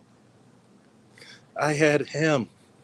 I had I've had people I've disagreed with. I had women who said, "You sound like a man hater," and then 15 minutes later, they're like, "Wow, you're so charming." I couldn't I don't see I don't hate women. I just want people to understand. Look, we can always have respectful dialogue, even if we don't. Absolutely. We're supposed to. If you're an adult like I'm an adult, we're not going Hmm. to always agree. Hell, I could be married to a woman and I'd be like, "Damn, I don't love you right now, but I like you." So you can, Exactly. you know, I got to still like you. And it's like, even if my son gets on my nerves, I still got to love him. Hmm. And I think that's the one.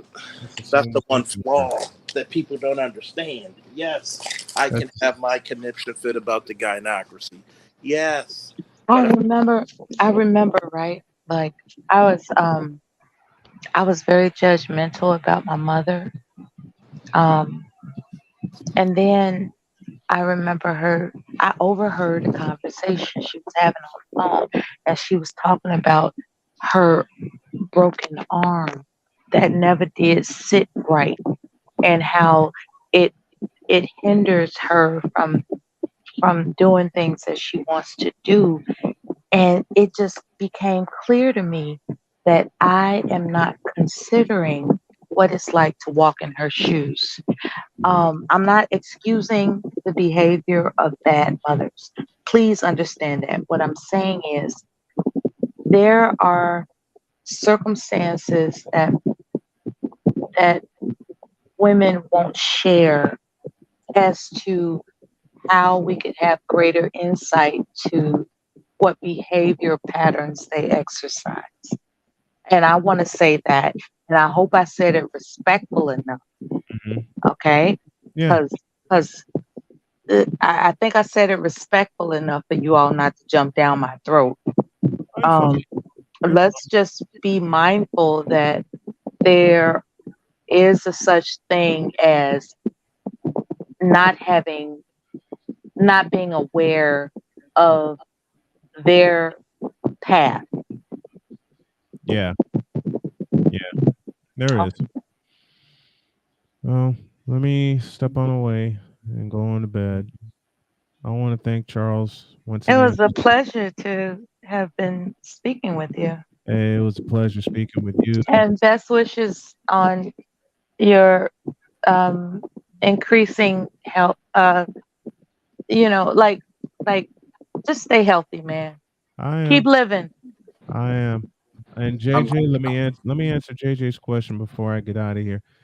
He says, "How do I have a good social life while broadcasting all the time? I'm not doing as much in person ever since my brother died, and I could use more in-person socialization.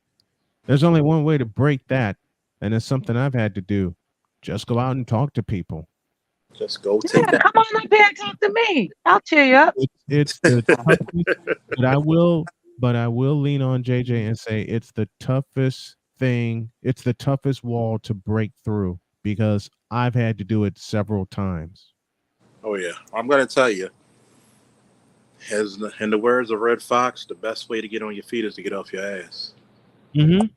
And And that's the and hardest, that's no disrespect. That's and JJ, that's no disrespect at all. Because it's and I'll say it again, it's a lesson I've had to learn, and I've had to learn it several times, today included.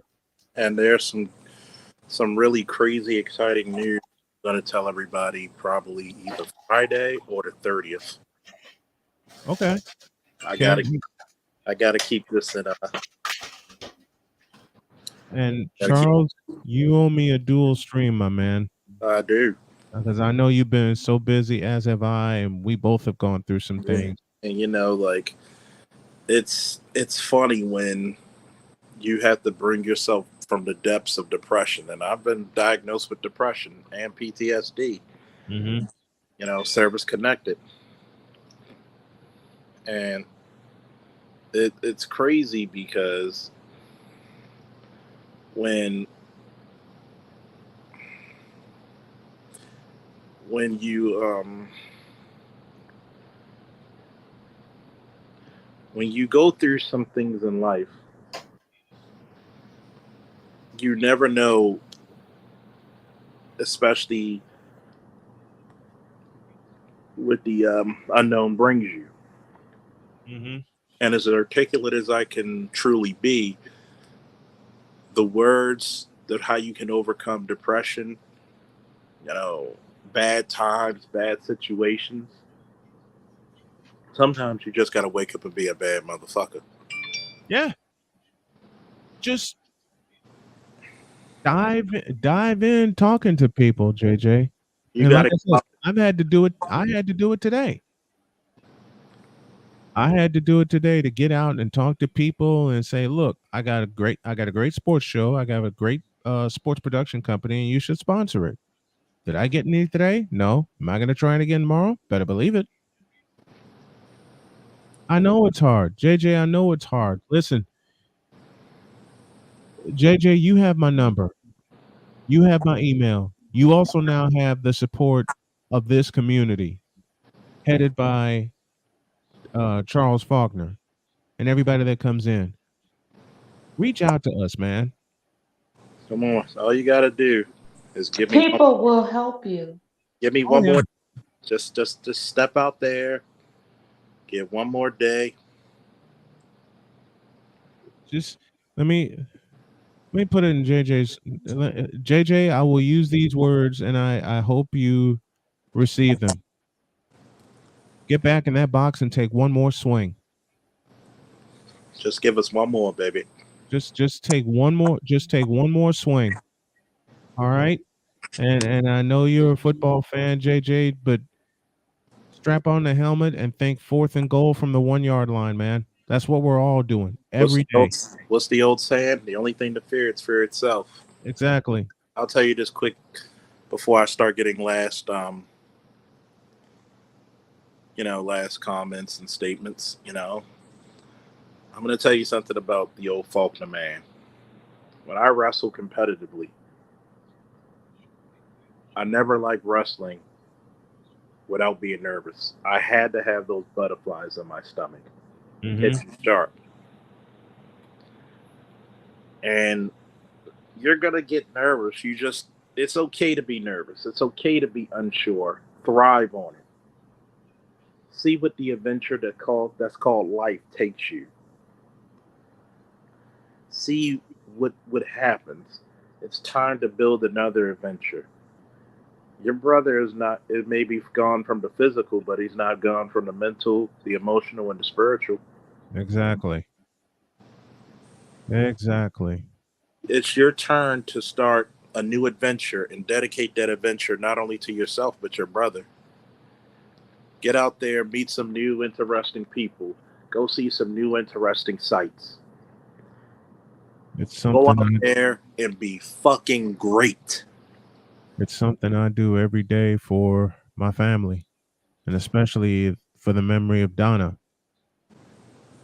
If Donna was here, I know Jody would have adored her. Mhm. I know it. I know my children that I have right now through marriage, and I don't call them my stepchildren. I call them my children.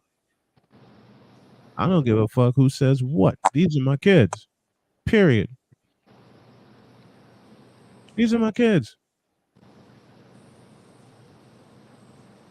Sometimes you just have to rip off the shirt and you just have to rip off the shirt and go. Like It's the toughest thing to do. And JJ, I truly understand that it's the toughest thing to do. And as I'm on the verge of tears again, these are happy tears because I'm happy to help a brother. I'm happy to lift someone up that needs to be lifted up.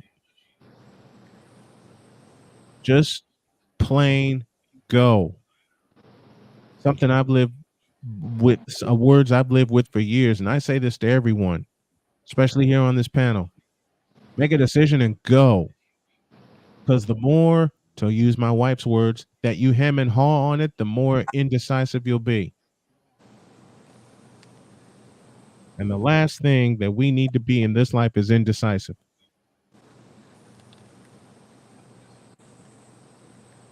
Exactly. And thank you, Mella. I think she's trying to come up. I don't know. You got to go out and come back in, Mella. I'm gonna get some final thoughts. Anybody else got some final Mm. thoughts? Well, thank you guys so much. I'm gonna step away and head to bed. Yeah, Thank you. quick advice, Charles. Yeah, one to at you, Mm-hmm. former cop advice. Cops stop you for speeding. Are they supposed to show you the speed meter gun while they stop you? Not not all the time. That's if they don't have, if they have one or not. Just like, show me the speed meter. Because what happens is that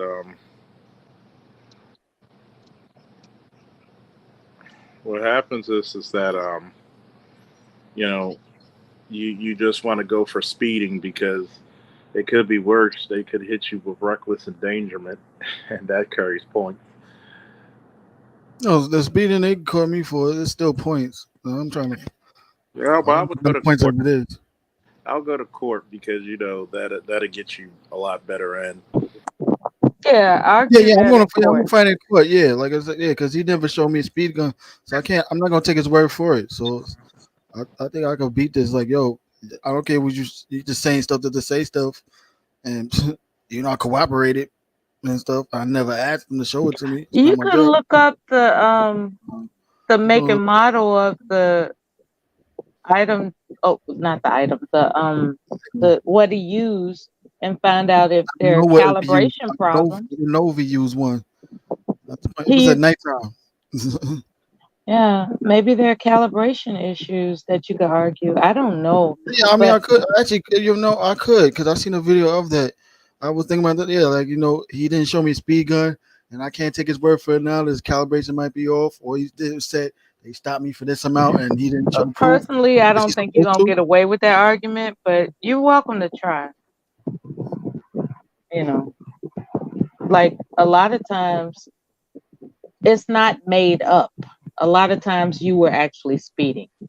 So what are you If, there, saying? You if weren't there's no speeding? proof Is that of what you're it, saying? if there's no proof of it, why would you take Okay, his so word you for were it? speeding. You just want to dispute the truth. Okay. I want him to show me proof because if he didn't show me the speedometer, I'm thinking from the why would you mind take of an his? officer, right? From the mind of an officer, I'm thinking that you were in You're an fact officer. speeding, but Oh, you, you're an officer? as far as you know, Huh? as far as you know, I'm gonna What? just say this. I'm gonna just say this. I would go to court. Did he hit you with a speedometer? I don't know. That's what I'm saying. Yeah, he Because just said he just stopped me, told because me what I was speeding for, but he said some number. He didn't show me the gun at all. because And he had his body cam on, but he never showed me the gun. I just a but they lot of times they don't show up, and if you're lucky in that, oh, Mel, I want Charles to answer. oh my bad. Thank you. I'll just say this: the best thing for you to do is go to court because one, they're gonna have to bring their evidence to court. If they can't present it, then boom, you're out. If Yeah. they present their evidence and it's clear, you'll probably hopefully you'll pay a lesser fine than what they said. So just be careful. Make sure you get to court early and on time. And Oh, always yeah. Well, I have my lawyer with me also too. I want oh, him to show the proof. Like if you say I've been doing this much speeding, where's the gun? Why didn't you Are show you me the paying more for the speedometer? lawyer than the ticket is valued? No, no. Okay. but That was it, Charles. we're Yeah. gonna do final thoughts. Mel, I want to I go. know I ain't got no final thoughts. Thank you. Uh, Okay. Mela. I'll see you next time. All right, let's rock and roll. Guess what I did? I looked up something. I typed in Google where to find quality women, right? And it gave me 11 suggestions. It reads, can you hear me? Can you hear me? You're good to go. Okay, it reads as follows: the 11 suggestions: cafes, gyms, classes, parks, recreation sports leagues, volunteer, bars, bookstores, cooking lessons, meetups, museums, parties, church, festivals, and yoga class. So those are 11 suggestions that are recommended by Google in which to meet quote unquote a how to find a quality woman. Isn't that something? Isn't that something? I would have never thought of that. That's something to take in consideration. At, Yeah. Yoga class, like, at least you know she's flexible. and what's that drum roll? What they do with the joke? Rat-a-tat-tat. Yeah. At least you know she's flexible. Uh, So it's been a pleasure, and thank you for your honesty and um, advisement. I thank, appreciate everybody. thank you, Mela. Okay, peace. I think Gavin's sleep. So, alrighty, we're gonna end this on a big note. Nope, Woo! I've been here. I just been listening. Oh man, it's been a hell of a listen, wasn't it, Gavin? Gavin, do Hmm. you think I said too much as a woman? Do you have a critique for my dialogue? It was actually pretty cool dialogue. Yeah. It was actually pretty cool dialogue. Any last words, Gavin? No, just thanks for the opportunity to be on your panel once again. I don't get too much chance to do so. I'm glad I had a moment to be up on here again for tonight. Uh, don't be a stranger, Gavin. Always one of the faithful up here. You know, I'm glad, even if I only got 20, 30 to 150, 200 people watching, glad I got my faithfuls like you. Woo! Everybody have a blessed one, and we out. By the power of grace. Woo!